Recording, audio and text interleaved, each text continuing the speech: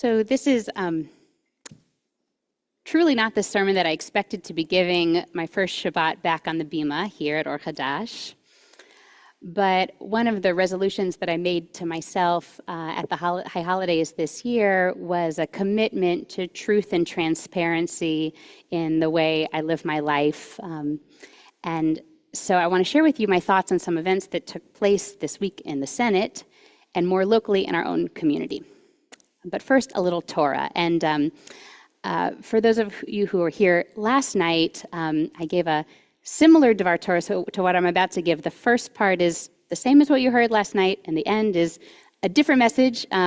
So hang with me through what you've heard, and for those who it's new, it'll be new. So our Parsha, Chayei Sara, begins with Sarah's death and Abraham's quest to find her a burial plot in the land of the Hittites. He's mourning, he's bereft, he's weeping, but he summons the strength to rise and approach the Hittite tribes, explaining his situation and his need, and he asks them to sell him a burial site. And they respond, Shema'enu, hear us. We see you as God's chosen one, and we will offer you the best burial site we have. This would seem to be exactly what Abraham was looking for, but he bows low to them in response, and he says, no, I need you to take me to your leader. I need him to sell me the land at full price. So Ephron, the leader of the Hittites, comes to Abraham and says, Shma'eni, no, hear me. We just want to give it to you. You don't have to pay a single shekel. You can just have it. Go and bury your dead. But rather than comforting Abraham, Ephron's response seems to inflame him further. Abraham says, Ach, im ata lu shma'eni, if you would only hear me out, let me pay the price of the land. Please just take my money. And the conversation continues, escalating, each side practically screaming at each other, hear me, no, hear me. And ultimately their negotiation ends in a somewhat confusing way. Because Ephron replies, my lord, do hear me, a piece of land worth 400 shekels. What is that between you and me? Just go and bury your dead. And Rabbi David Kimchi offers an interpretation of his subtext, saying what Ephron's intent was what difference does such a paltry sum make? Whether you want to pay it or you don't want to pay it, no skin off my back, just do what you need to do. So Abraham pays the sum, takes ownership of Ephron's land, his field, and Ma'arat HaMachpelah, the cave of what comes to be known as the cave of the patriarchs, and finally is able to bury his wife. And what I find most painful about this entire exchange is that it seems to be a conversation on the surface that's a business transaction, when really for Avraham and Ephron, it is so much more than that. Neither one of them can hear the other's deep commitments beneath the surface of the negotiation. They desperately want to be heard, but neither of them is able to bring voice to what actually matters most to them.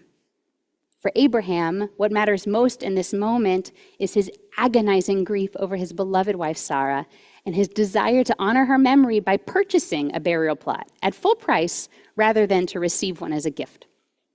And for Ephron, at least according to some commentaries by Chizkuni and Or HaChaim, his understanding of the terrain that his people have lived on, the cave of Machpelah, and the field that it's situated in, is what's animating his desire to just give the land to Abraham. He wants Abraham to be able to have open access to the site going forward, and he believes this is the best way to do it.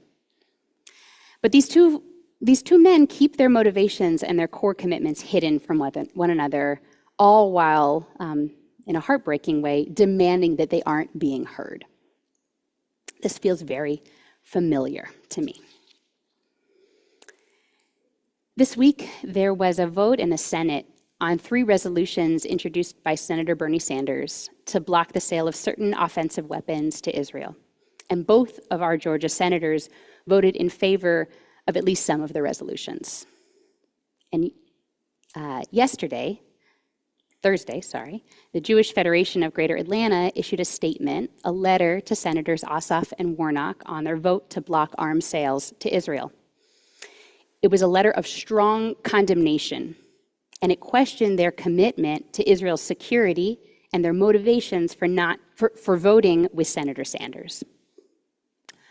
Over a span of about 3 hours on Thursday afternoon, which was not a particularly long amount of time, synagogues and other Jewish organizations in Atlanta were asked to read and sign on to this letter. So our president, Steve Wertheim, and our executive director, Jason, and I spent time on email and by phone discussing our synagogue's approach and whether signing on would be appropriate.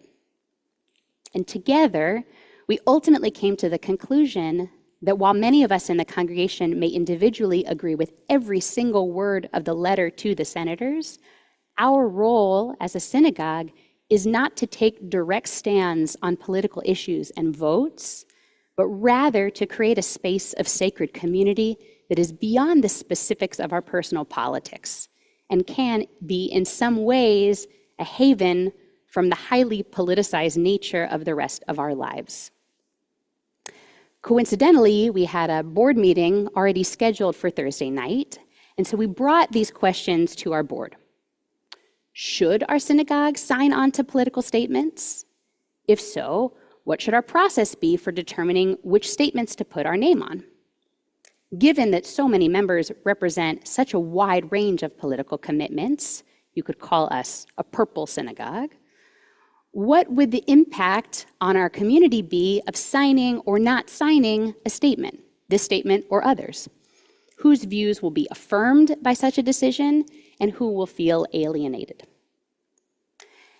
So then we shared a message with the congregation yesterday afternoon to clearly articulate our shul's values on the subject, rooted in Ahavat Yisrael, an unquestionable love of Israel and the Jewish people, an unquestionable commitment to Zionism, a pro-Israel community, and a commitment to Kehillah Kedosha, creating sacred community that can bridge our most intense divides.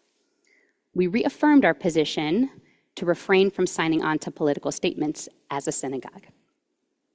And yet, there remain a lot of questions, rightly so.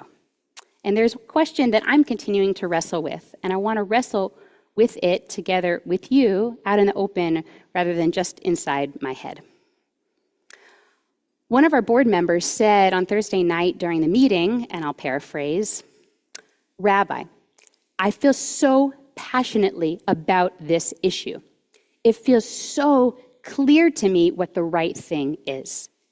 And I want my pulpit to speak to the issues that I feel most passionately about. Do you see that, Rabbi, as your role?"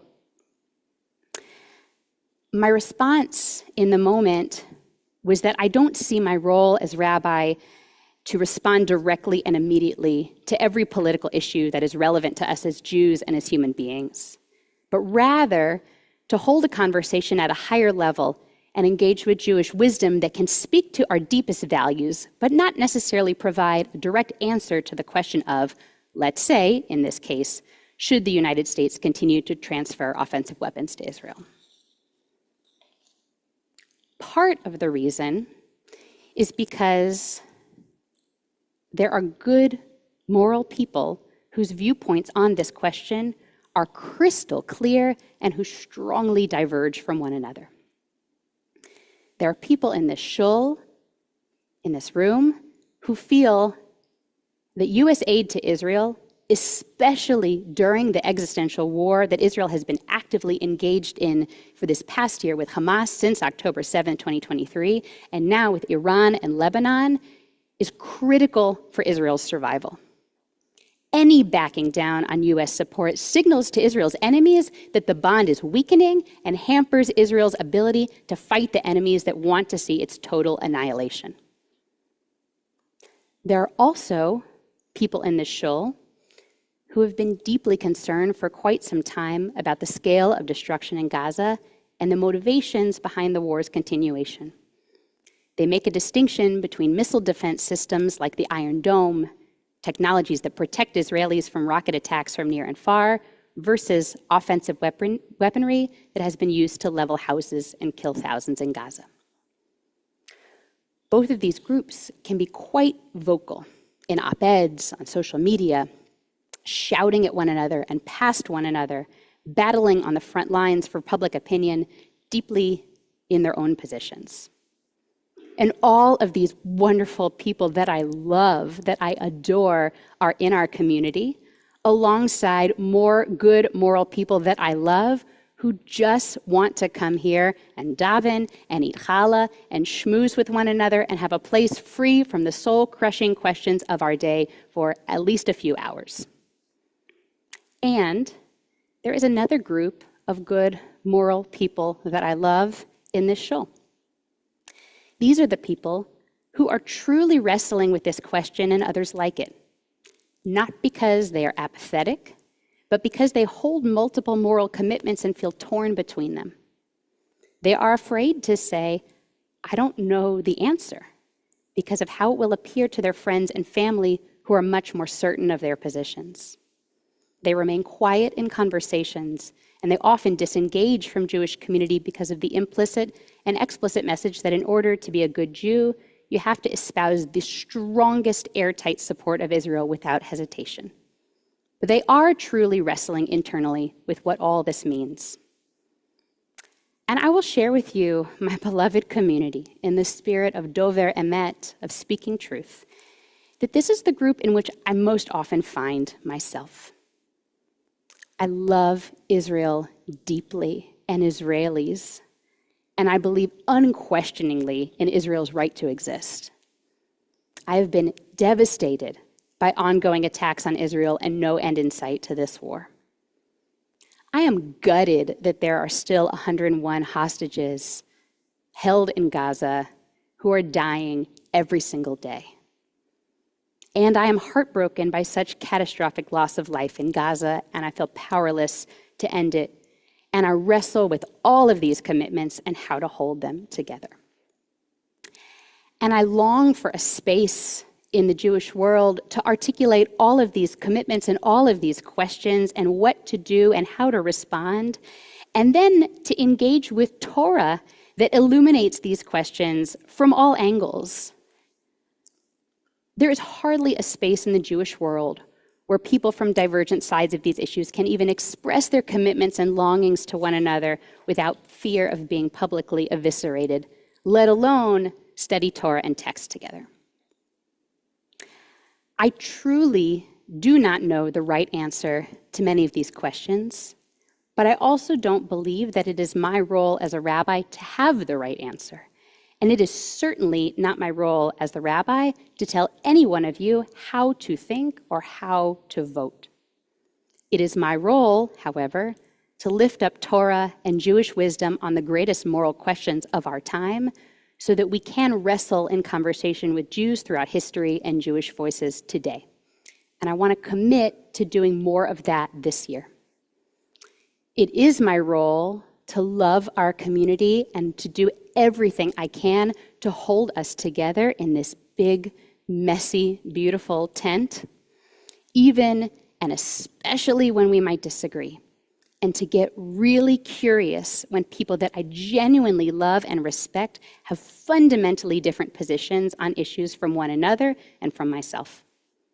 I need to ask myself, we need to ask ourselves, what am I missing that they see so clearly? What do I need to learn? The Talmud in Brachot 4a says, teach your tongue to say, I don't know, lest you become entangled in a web of deceit. This applies both to those of us who are certain about what we believe and to those who are uncertain. All of us need to be willing to learn and to grow, not necessarily so that we change our own positions, but so we can become wiser people who are more connected to one another. So I pray that we can be of the generation who takes up the call of Shma'eni, hear me, the generation who is committed to learning and staying in relationship with one another, the generation who is committed to hearing one another no matter what. Shabbat Shalom.